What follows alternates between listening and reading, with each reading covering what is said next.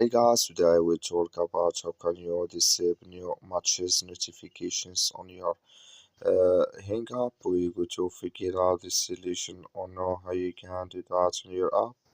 So you just follow this ways, then it's going to work with you.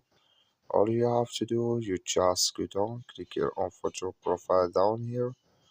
When you just click on it, it's going to take you to your profile. It's going to show for you like this here. Then all you have to do now, just go above your photo profile, click on it. Sorry, you click on this sign here.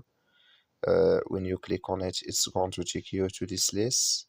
And then you go down, you just keep going down here. You click here on push notifications, you just click on it. So then it's going to take you to this list here. You come here to new matches, click in this sign or this color.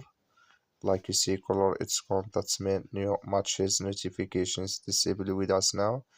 That's all you have to do. That's all. Thank you for watching. Don't forget to support us by liking, subscribe.